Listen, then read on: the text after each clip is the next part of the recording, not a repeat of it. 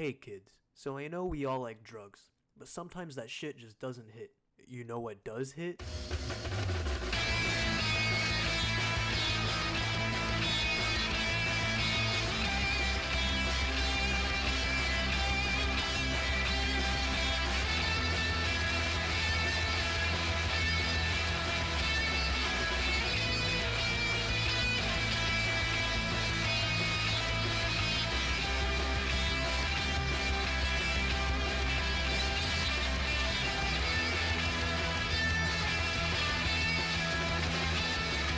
So I took a break from the fun pokey for a week and played Post Void instead.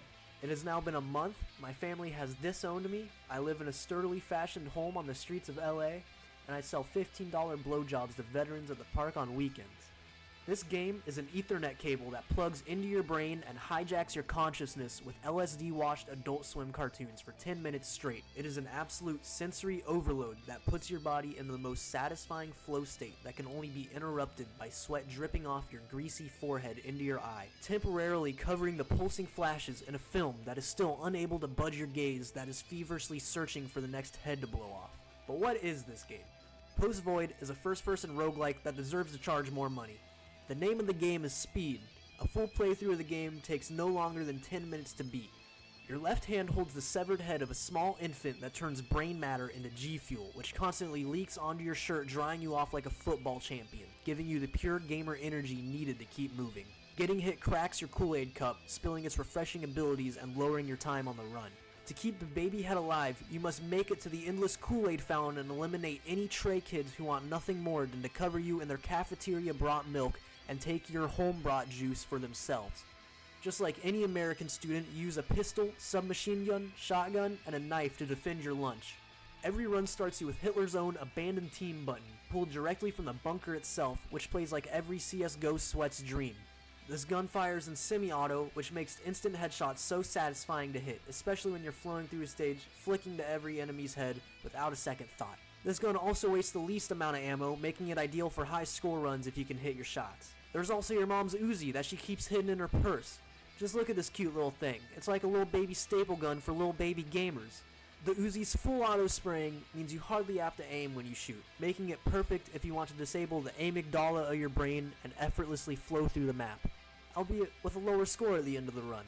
There's a knife, which one hits any enemy, but the cooldown between swings makes target selection your biggest priority, as you cannot kill every enemy you see and still have time to beat the level. When you hold this weapon, you feel like a Vietnam soldier who is spiked with LSD as he rampages through the jungle canopy, slaughtering everything in his path with only a machete. This weapon also makes a typical run slightly easier. While the cooldown between swings can get you killed, with good timing and positioning, the knife will allow you to carve a direct path to the end of the stage with only 2 key presses required. Then there's the shotgun with quantum shell capabilities. This bad boy can not only blast 2 shots before reloading, but often up to 3 or 4 depending on the position of Jupiter relative to the sun and whether or not your character has astral projected during meditation recently. Reloading this thing takes twice as long as emptying its shells, making it another weapon that makes you just slightly more aware of your positioning. Every time you baptize your baby head in the juice fountain, Nestle gives you secret powers harbored by the ancients as compensation for providing them with fresh genes to make more genetically modified crops to spread over and invade the wildlife of Africa. Some of these powers are super useful, while others I'm still trying to get the hang of. Reload speed and mag size increase are 2 of the most useful ones I'll grab every time, and upgrades like rubber bullets add a whole new layer to the gameplay, allowing for cool new bounce shots if the target is in a hard to reach area.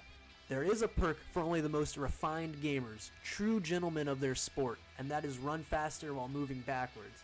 Theoretically, this perk would allow you to beat the game in half the required time, but, and it might just be me, it's kind of difficult to see where you're going and more importantly shoot things while you're looking behind you. For how simple this game looks, there is a lot of depth to it that motivates you to produce the ultimate GMO again and again, faster and faster, until you look up and the day is ended.